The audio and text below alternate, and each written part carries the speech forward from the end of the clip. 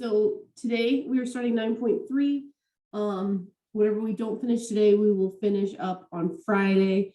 9.3 is the official last unit of our course. And then next week, we'll just be reviewing for the final exam. I did post a review in Eagle Online for the final. To be honest, it's not a full encompassing review. It's just problems that I've put together previously that students have found helpful. I would definitely suggest going over your exam reviews too. So the reviews we've had for the first three exams. There will be some chapter 9 material on the final exam. So don't just completely disregard chapter 9, but it should be mostly focused on 9.1 and 9.2. But it could still show up is what I'm trying to tell you.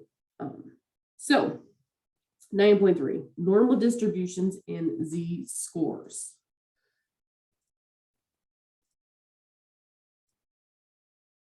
So we have the idea of the normal curve, and I've talked about the normal curve a lot, but we're just going to keep talking about it.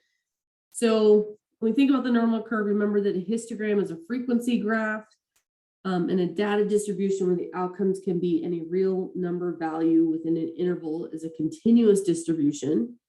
And the graph of a continuous distribution is a curve. Bell-shaped curves have data distributions called normal distributions, and their graphs are called normal curves. So every normal curve has a peak centered at the mean and has a symmetric distribution, does not touch the x-axis and extends towards infinity in both directions, has an area under its curve of 1, which is the sum of the probabilities of any distribution is 1. Not every normal distribution looks exactly the same as they vary in height and width, but they all have properties listed above. So if we think about, here's some graphs of normal distributions. So the red line is about what we have been drawing the most. So when we look at what we've got going on here, mu is the population mean. Theta squared is the variance, and theta is the population standard deviation. And on your calculator, we see theta x. So if we look at these different colors, you can see the first blue line has a mean of 0 and a variance squared of 0.2, which if we were to take the square root of that,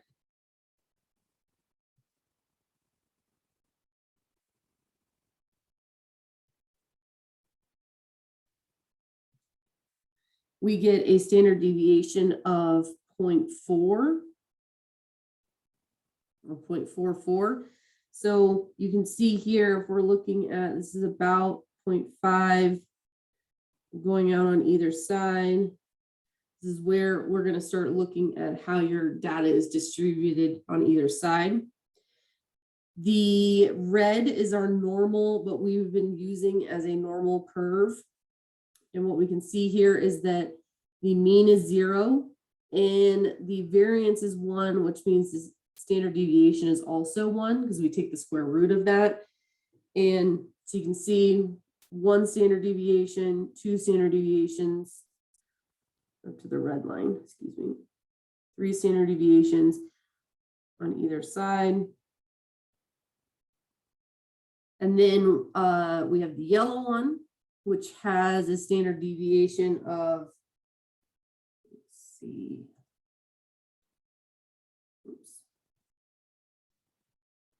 of 2.3. So you can see it, it spreads it out so that it's lengthening our curve. And then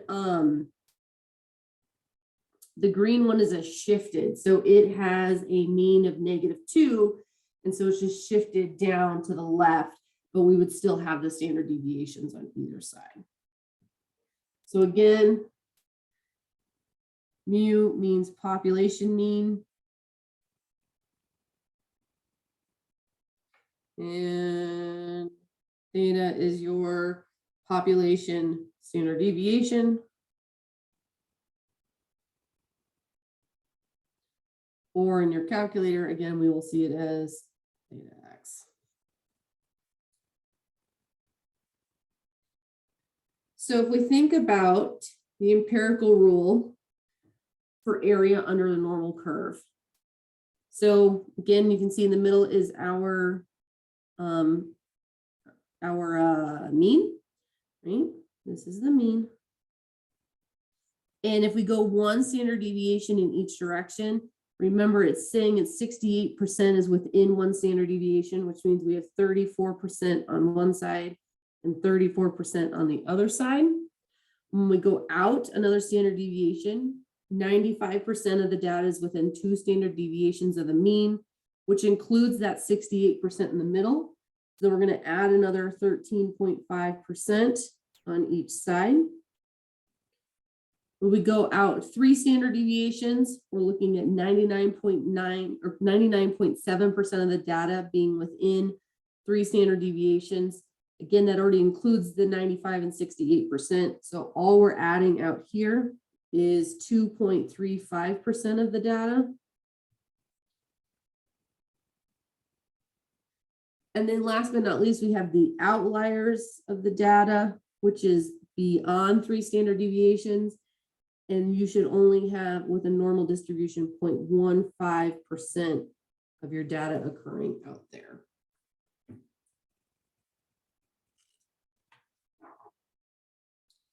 So using the empirical rule, we want to apply it. So again, the empirical rule has to do with the distribution under the normal curve, and we're going to apply that to our situations. So in the US, birth weights are normally distributed with a mean of 7 pounds and a standard deviation of 2 pounds. Of the approximately 11,000 babies born each day, how many of them would you expect to be over 9 pounds? And how many would you expect to be 3 and 9 pounds? So we're going to answer these 2 questions. But first, I want us to think about our curve. So it's important that you understand how to draw this curve. And when I mean draw this curve, you need to know that the middle is your mean. And for us, we have a mean of 7 pounds. When we use this idea of the standard deviation of 2 pounds, we then want to move 1 standard deviation out, which remember we add the standard deviation. So we end up 7 plus 2 is going to be 9. And then in the opposite direction, we're subtracting the standard deviation. So 7 minus 2 is going to be 5. Again, we're going to have 34% of the data on each side. Then continuing to move out. So again, this is 1 standard deviation. We're going to move out, adding 2 on again, giving us 11, and subtracting 2 again, giving us 3. Remember, this is accounting for 13.5% again. And then we would go 1 more standard deviation, which means we add 2 again, 1 standard deviation down, we subtract 2 again. And like I said, this is 2.35%. and 0.15%, 2.35%, and 0.15%. So for the first question, it says, how many of them would you expect to be over 9 pounds?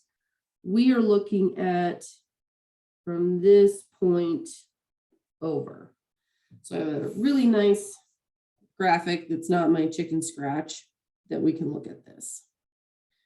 So again, we can see we've got our mean of 7 pounds, 1 standard deviation out is where the 9, and then we're looking at everything that is over here. And really, we should only be coloring under the curve.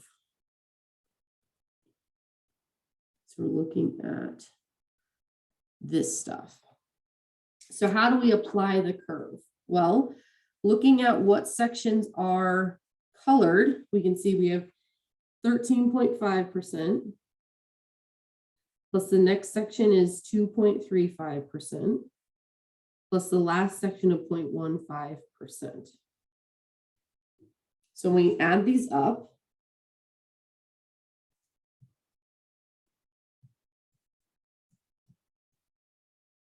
we get 16%.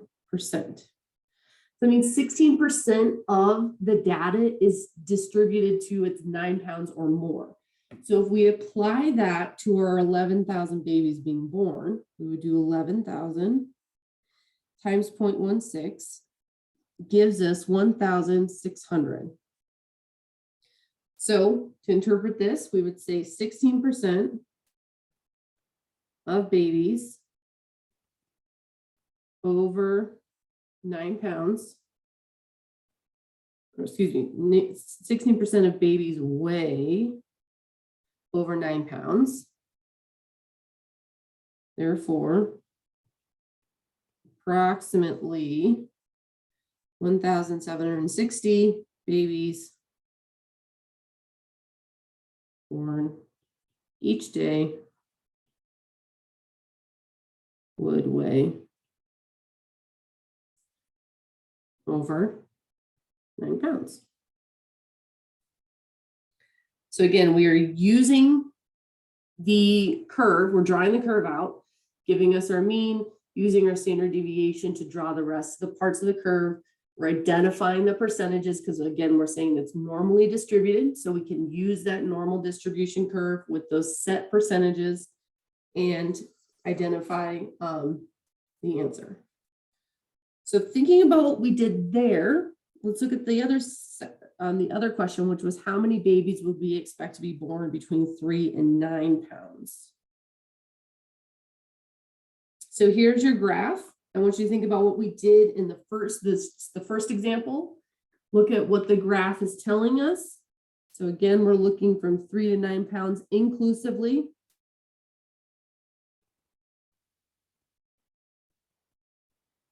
And send me a direct message with what you think the number of babies out of 11,000 would be.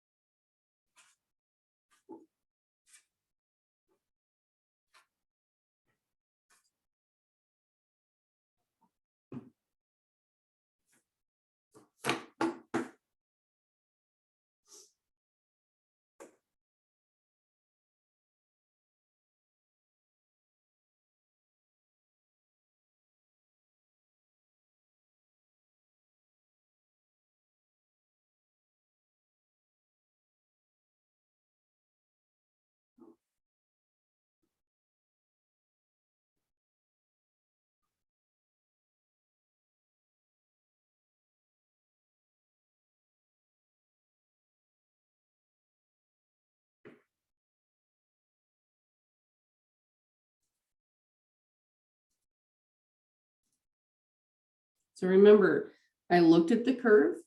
I looked at what I'm trying to include. You can see we've got the arrows drawn. So we want to use the sections that fall within those arrows.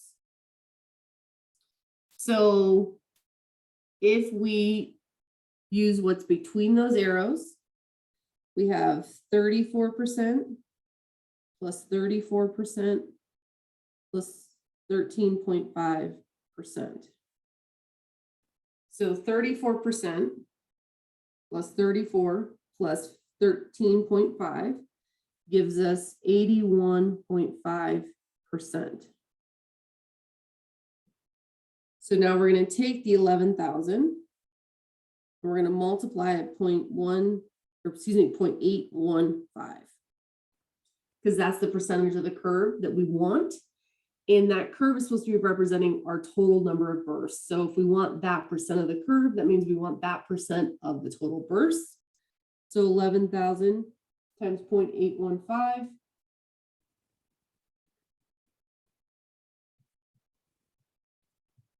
gives us 8,965 bursts. So again, how do we interpret this? How do we write this out? Well, we say 81.5% of babies weigh between 3 and 9 pounds inclusively.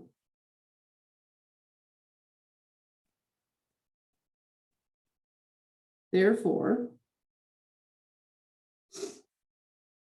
approximately 8,965, oops, write the 5 properly. 8,965 babies born each day would weigh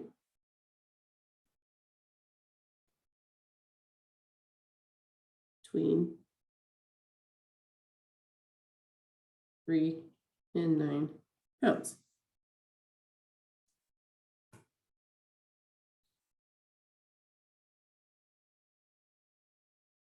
So questions about this one. So when we think about the normal distribution, our process needs to be, we need to know the mean, we need to know the standard deviation. If they tell us that it's normally distributed, then we can draw this curve, mark out the measurements along the bottom using the mean and standard deviation, and then we would know what the percentages are, and we can go from there. They don't always lie specific, like perfectly within a certain number of standard deviation, which is where we need to use z-scores for this. So questions about this before I get into z-scores?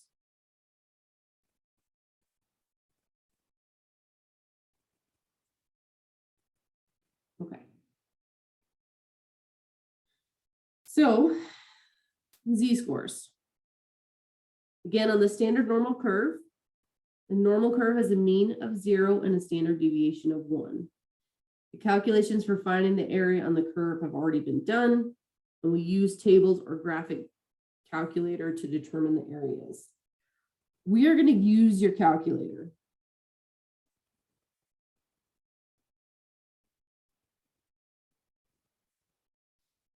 So I'm going to show you how to use the tables because your homework does include problems where you could look at the tables if you wanted to, but I'll also show you how to use your graphing calculator, and my expectation is that you use your calculator for this, okay? So when we think about z-scores, to use the standard normal curve for any normal distribution, we need a z-score. A z-score is the number of standard deviations from the mean. Positive z-scores for numbers above the mean. And when I say above the mean, I mean to the right. If we're thinking about the curve, there would be the ones that are on to the right. And negative z-scores for below the mean or to the left of the mean. So again, if we were thinking about the normal curve, we have our mean here. This way is positive z-scores. And this way is going to be negative z-scores. You can calculate the z-score for x by using x minus x bar over theta. So again, first of all, x bar is your mean, and your theta is your standard deviation of the population.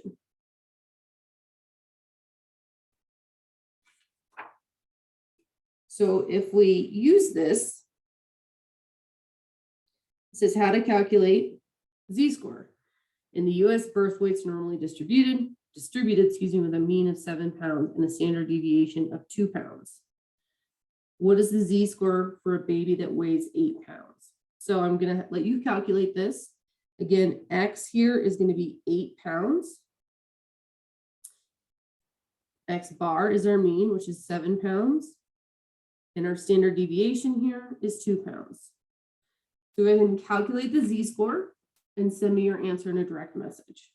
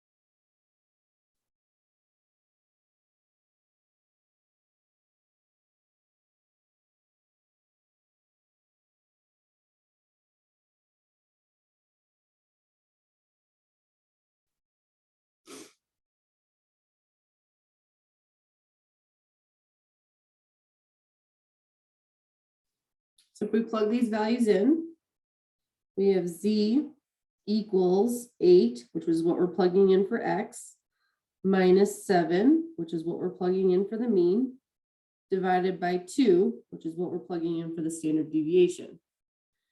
So 8 minus 7 is going to be 1 over 2, which becomes 0.5. So our z-score is 0.5. So what about if we are given some parameters and we want to find the z-score? So these are how you use these tables. I think these tables are absolutely insane, but we have to show you how to use them. It's important. So the example says find a z-score where 12.1% of the area is to the left of z.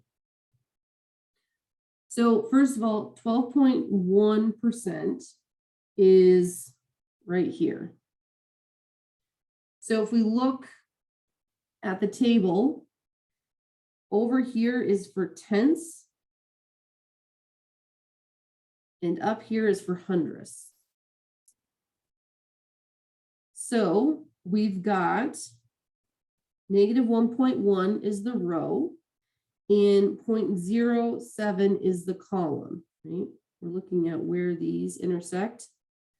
And so 12.1% is 0.1210. First of all, that's how they're putting it into the table. So the area is found with negative 1.1 row and 0.07 column. So the corresponding z-score is negative 1.17. They got this by taking negative 1.1 plus negative 0.07, which gave us negative 1.17. So for the 12.1% area to the left of the curve. So if we think about what does this mean in our situation? So if we have our normal distribution with our mean here, we don't know what it is, okay? And we want to represent 12.1, we have our z-score. And it's saying find the z-score where 12.1% of the area is to the left of z. They're talking about this down here. This is the 12.1%, okay? So our z-score is going to be negative 1.17. The reason it's negative is because it's to the left of the mean, okay? Again, our z-score is negative because EAU, oh my goodness.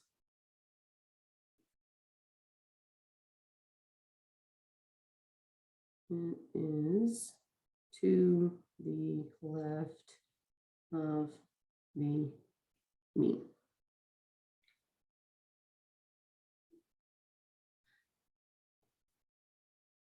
So that's how you use a table to find that amount. What if we want to actually just use a calculator, which is what is a lot easier. So we'll pull up my calculator and we'll follow the steps that is on our thing. What are these things called? They're called slides. There we go. All right.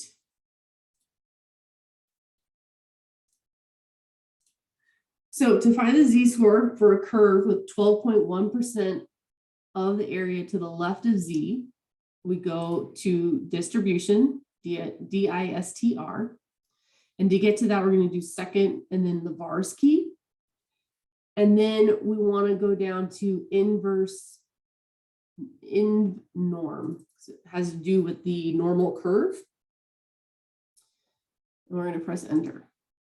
So look at our next page. We enter, we're going to do 0.121, comma, 0, comma 1. So what do all these pieces mean? First of all, this 121 is the 12.1% that we're looking at. The 0 and 1 have to do with the area under the curve. So the area under the curve is always 1.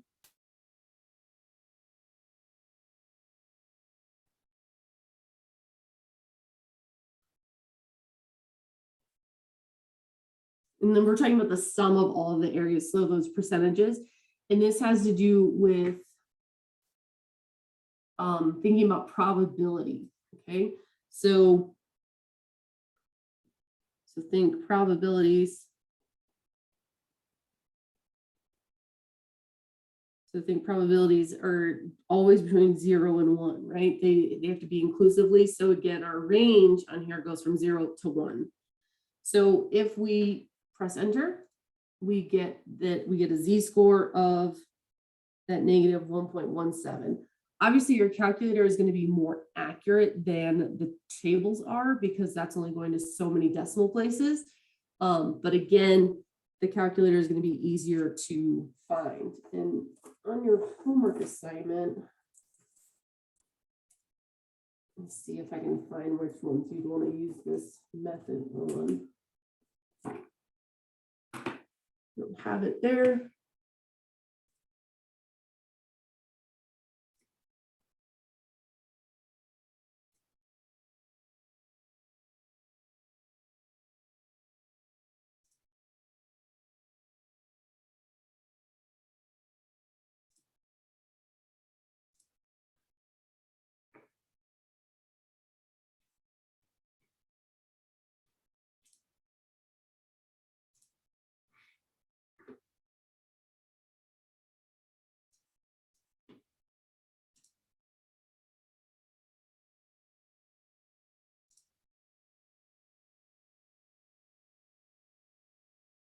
So we've got the percentage of the curve. We've already done that.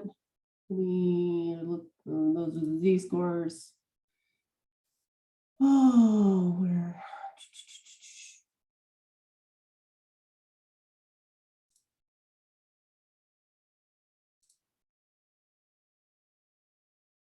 Okay, so I guess we aren't going to have you find z-scores. That's nice. But we have been doing these ones already. So anyways, let's go back to this. So finding the area under the curve using a standard normal curve. So the area under a normal curve between A and B is the same as the area under the standard normal curve between the z-score for A and B. So the normal curve is set up with increments of what the standard deviation are. When we're looking at the standard normal curve, those are where your increments are set up with, it goes from 0 to 1. So you're looking at fractions within there. So therefore, we find z-scores for anything that's not 1, 2, or 3 standard deviations from the mean and use that to find the probability we are looking for. So let's look at this example. So in the US, birth weights are normally distributed with a mean of 7 pounds and a standard deviation of 2 pounds, right? We've talked about this. So you can see what percent of babies born in the US weigh more than 8 pounds. So 8 pounds is not exactly one standard deviation from the mean, right? One standard deviation from the mean would be 9 pounds. So if we use the table, we already know that the z-score would be 0.5. Again, where did this come from? Remember, we did z equals x minus x bar over theta.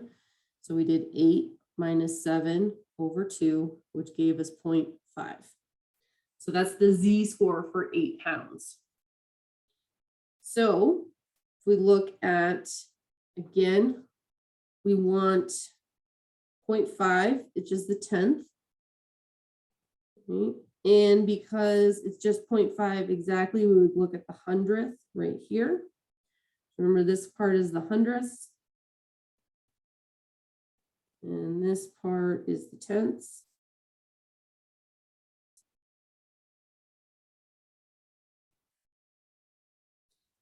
So The area to the left, these tables are always going to tell you the area to the left is 0.6915. Therefore, the area to the right is 1 minus, which equals 0.3084. Therefore, approximately 31% of babies born in the US are over 8 pounds. So we look at our table, or I mean, excuse me, our drawing. What they're saying is that this piece right here is that 0.6915. And this piece is 1 minus 0.6915, or 0.3085. That's how they're breaking them up as the two pieces of this. Again, I don't like using the tables. I think it's a lot easier to find these values on your calculator. So if we look at our calculator, under the distribution menu, we want to select 2.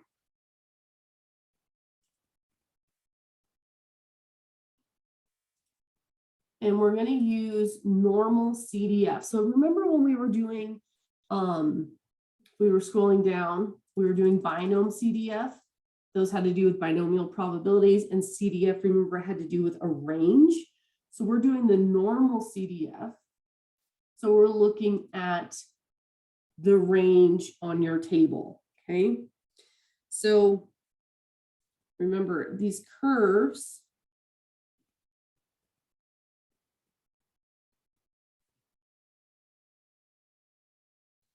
they go into infinity in each direction, okay?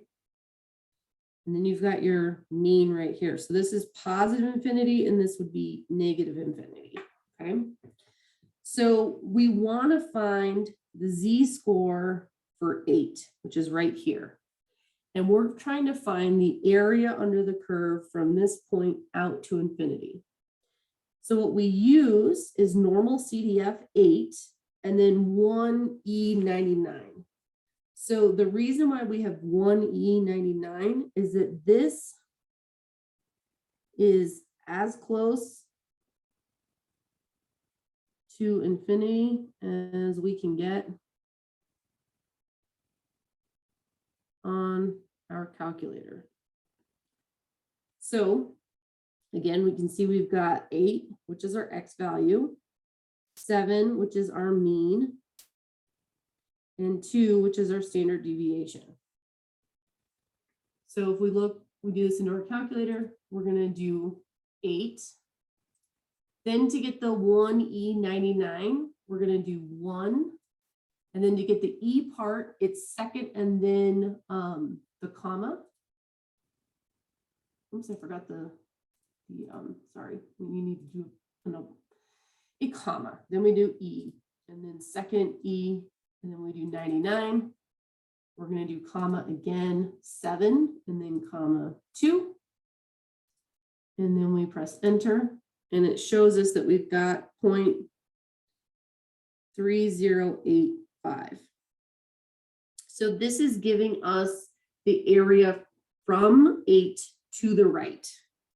If we wanted to find the left side of the curve, so let's say we wanted, so this again gives us the right side. And what we're saying here is that X is our starting point.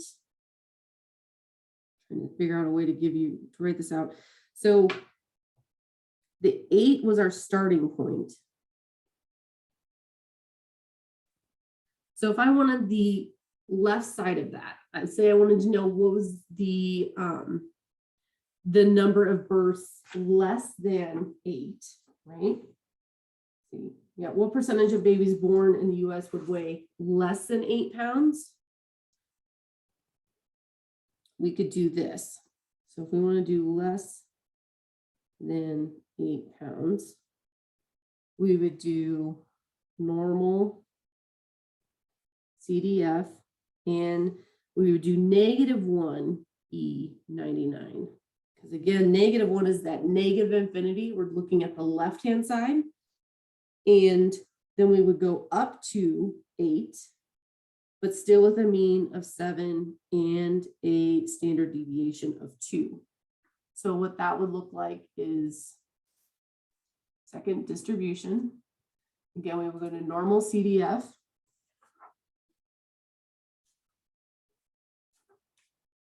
we would do -1, and then second E, then 99, comma 8, comma 7, comma 2, and we would get 0.6914. And we would then write that and 0.691446, blah, blah, blah, which is where we get that 0.6915, which is what we had on the other side. So this again is what, when we were doing the Z table, it's giving us our value to the left of that amount, and that's why we had to subtract 1 for it. That's the nice thing about using your calculator, is you can find either side. So it's just, you need to know which part of the range you're looking for. So if you're looking for the left-hand side, you're going to start with -1E99 up to that point you're looking for. Or if you're looking for the right-hand side, so above that amount, you start with your amount that you're starting with, 8, and then go up to positive E199.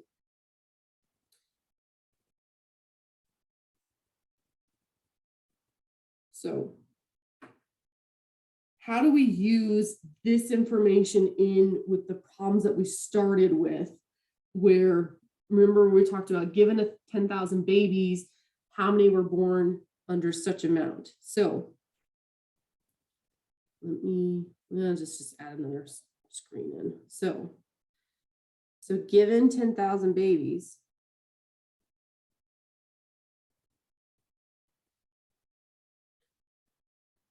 how many will weigh more than 8 pounds? So to do this, we would think about, well, first of all, we know that our mean is 7 and our standard deviation is 2, right?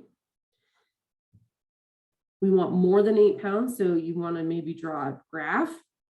We know that that's our mean right there. We have 8, and we're looking for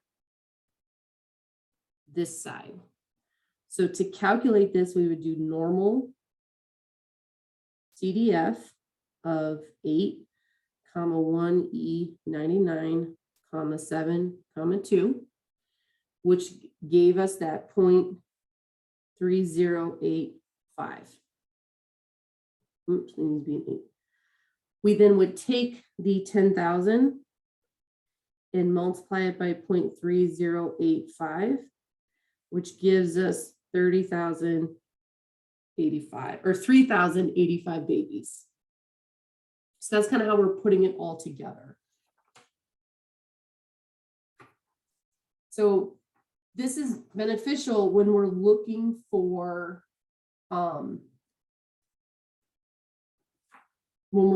something that's more than a certain number of standard deviations away.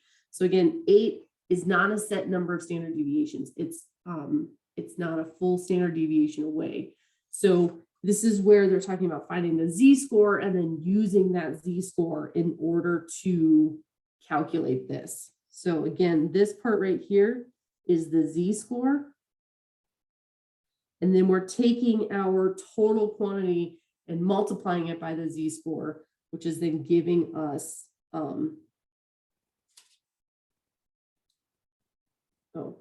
sorry, this is not the z-score. We already calculated the z-score.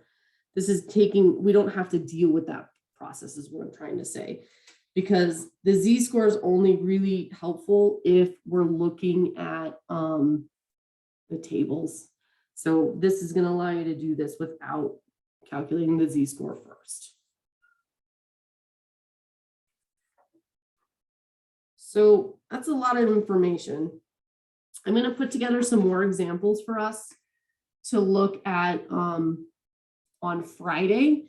I want to give you some time for this to sort of like melt in your brain and for you to think about it. And then on Friday, I'll have some more examples for us to look at, and then we'll be able to practice some more, and maybe this will make more sense, because I realize that I gave you a lot of information and I want us to be able to sit and think about it, and then we'll bring it all together and show how this kind of all intersects together, okay? So any questions for me before we go?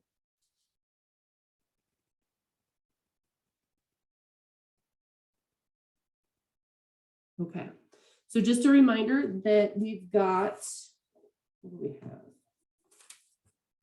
Where is my table? We've got homework 9.2 due tonight, and then we have that homework 9.3 not due till Monday. So again, on Friday, I'm just going to go through more examples of 9.3 so we can look at how we kind of use all this information together and what our approach should be. So I hope I didn't hurt your brain too much. Good luck on doing your homework. Send me any emails if you have any, and I will see you all on Friday. Okay. Have a good day.